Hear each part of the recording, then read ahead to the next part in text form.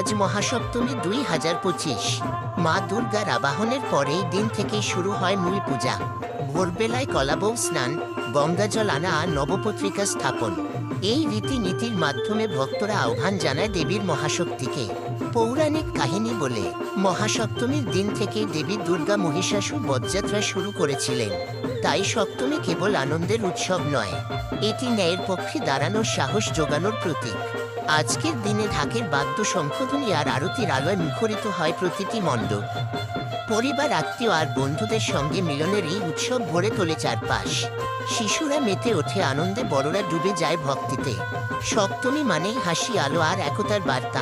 মা দুর্গা যেন আমাদের জীবনে শক্তি, সাহস আর শান্তির আলো নিয়ে আসেন। অসুরের অন্ধকার দূর হোক, শুভ শক্তির বিজয় ঘটুক প্রতিটি হৃদয়। আপনাদের সকলকে জানাই মহাসপ্তমীর আন্তরিক শুভেচ্ছা। কীর্তন টিভি রংপুর এর পক্ষ থেকে।